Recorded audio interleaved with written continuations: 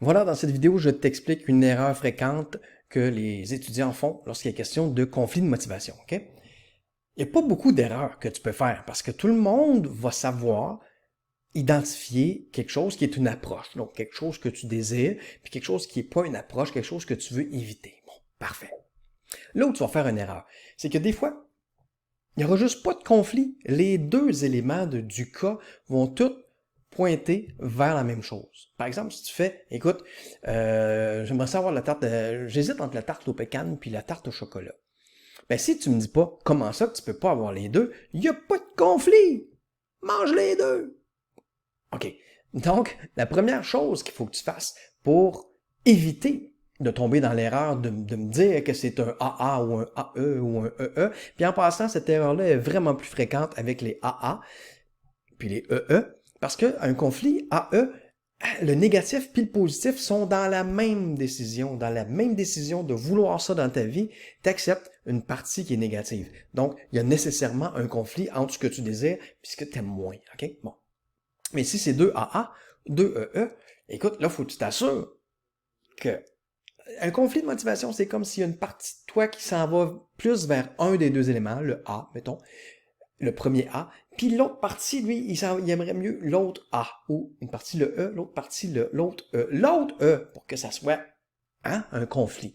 Donc, imagine quelqu'un qui tire d'un côté sur une corde, puis l'autre personne tire sur l'autre côté de la corde. Ben ça, c'est tes deux éléments du conflit de motivation. S'ils tirent les deux dans la même direction, il n'y a pas de conflit, ça s'en va dans la même direction. OK? Donc, première étape, donc, pour t'assurer qu'il y a un conflit, identifie c'est quoi le dilemme dans la situation que je te présente.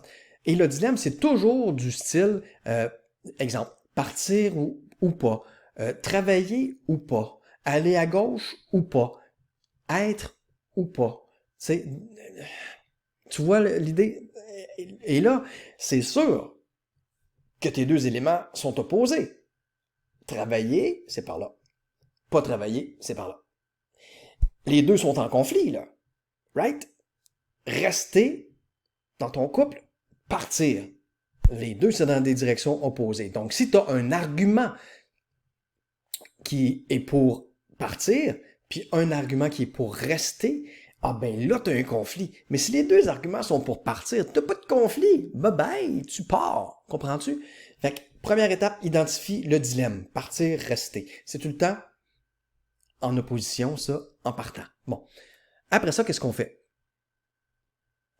Tu t'assures, quand tu as identifié le dilemme, que justement dans la description du cas, quand la personne a dit c'est quoi sa difficulté à choisir, ben il y a un élément qui la pousse vers la direction à gauche, puis l'autre élément la pousse vers la direction à droite. Fait que là, il y a un conflit, ça tire des deux bords. Bon, OK? Si les éléments que je te donne dans le cas tirent tous les deux du même bord, cloc, pas de conflit. Alors, c'est l'erreur que tu pourrais faire. Me dire qu'il y a un conflit alors qu'il n'y en a pas. OK? Bon. Fait que, exemple de ça, OK? On va regarder dans un formatif, dans le fond, que je t'invite à aller faire après. J'aimerais m'inscrire en psychologie à l'université, mais je suis pas certain de vouloir étudier aussi longtemps, ça prend un doctorat. Bon, parfait. Là, c'est quoi le dilemme? C'est aller en psychologie ou pas? Hein? Bon. Fait que là, tu regardes. J'aimerais ça m'inscrire à l'université en psychologie. Bon, OK. Fait que ça, c'est, ben, ah oui, vas-y, inscris-toi, c'est par là. Mais, tabarouette, mais, je suis pas certain de vouloir étudier aussi longtemps. Bon, ben, tu veux pas étudier aussi longtemps, ben, va-t'en pas en psychologie, va-t'en ailleurs. Fait que vois-tu, t'as un argument, pas vouloir de longues études, qui dit, ben, ça, c'est la psycho, c'est des longues études. Ici, c'est pas la psycho. Et ça, c'est des moins longues études. Ouais.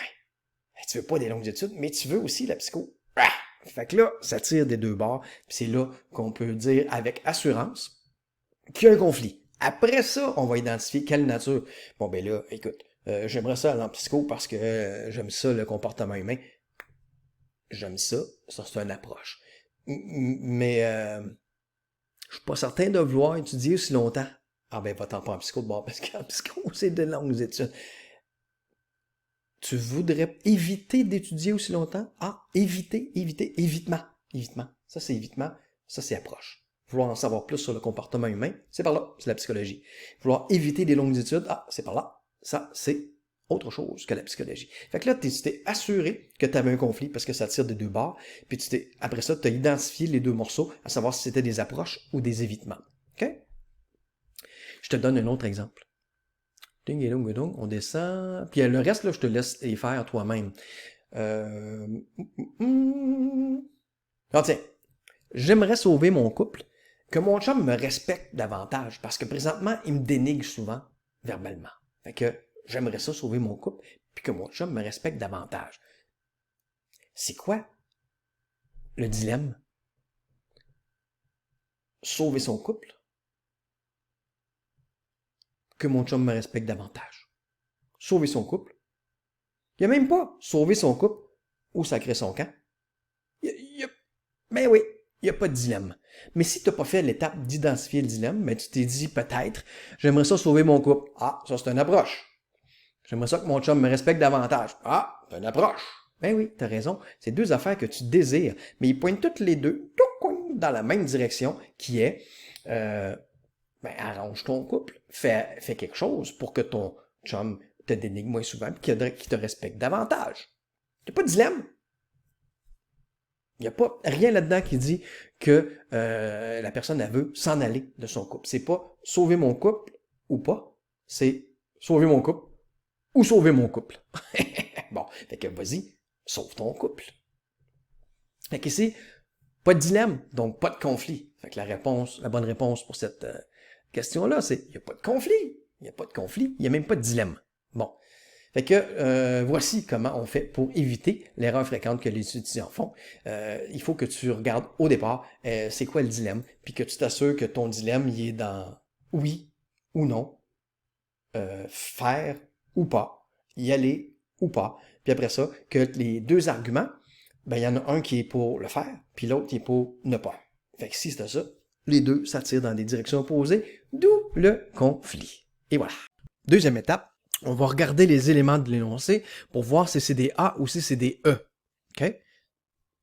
J.A. veut arrêter de passer à côté de l'opportunité de lancer son entreprise. Bon, première chose, quand on veut identifier un A ou un E, il faut se rappeler que c'est pas parce qu'on dit « je veux » que c'est nécessairement un A. Et c'est pas parce qu'on dit « je ne veux pas » que c'est nécessairement un E. Faut regarder de plus près, entre autres, les verbes. Ici, « je veux arrêter ». Si vous pouvez remplacer ça par « je veux éviter », ben c'est un évitement, hein? C'est un évitement. Tu veux pas ça. Donc, ici, je veux arrêter de passer à côté de l'opportunité de lancer mon entreprise, ben je veux éviter ça. Donc, c'est un E. Deuxième élément, je ne veux pas risquer de tout perdre si ça ne fonctionne pas. Bon, je ne veux pas tout perdre. Je veux éviter de tout perdre. Donc, c'est encore un évitement, ça, cette affaire-là. Oui, je fais des gestes, ça peut vous aider aussi à en faire. Ça, c'est quelque chose que je veux pas. Ça, c'est quelque chose, oui, que je veux. Dans cet énoncé-là, il n'y a rien de la façon que c'est énoncé qui est un A. OK? Quand je vous disais aussi que c'est pas parce que je dis que je ne veux pas que c'est nécessairement un évitement. Si je vous dis je ne veux pas arrêter de procrastiner, dans le fond, ça veut dire que je veux continuer à procrastiner. Donc, c'est quelque chose que je veux. Donc, les verbes comme arrêter, diminuer, stopper, c'est des verbes qui impliquent un évitement en partant, donc ils sont plus touchés, eux autres. Fait que regardez bien les verbes et demandez-vous, je peux-tu remplacer cette phrase-là par « je veux éviter » ? Si oui, c'est un évitement. Et si vous voulez éviter d'arrêter, je ne veux pas arrêter, ben ça veut dire que tu veux continuer. Donc, c'est une approche. OK?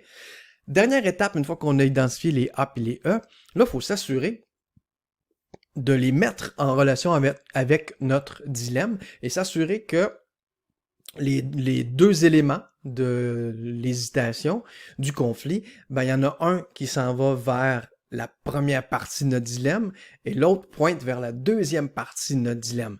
Par exemple, ici, c'était lancer mon entreprise. Donc, disons que ma main ici, c'est lancer ton entreprise. Ici, c'est pas lancer ton entreprise.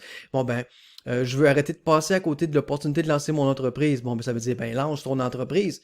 Donc, premier bout-là de phrase pointe vers ici. Et l'autre, mais je veux pas risquer de tout perdre si ça fonctionne pas. Bon, ben, pars pas ton entreprise d'abord. Alors, quand ça fait ça, il y en a un qui tire sur ce bord-là, il y en a un autre qui tire sur ce bord-là, on vient de faire la preuve qu'il y avait effectivement conflit. Parce que ça va arriver qu'on identifie le dilemme, qu'on ait identifié les deux morceaux que nous avons dans notre phrase, mais que la troisième condition pour avoir un vrai conflit, elle n'est pas remplie. Ça veut dire que les deux pointent dans la même direction, les deux pointent vers, pars ton entreprise. Alors là, il n'y a pas de conflit, pars ton entreprise. OK? Alors, il faut s'assurer de faire toutes ces étapes-là dans cet ordre-là pour avoir effectivement 100% dans les conflits de motivation.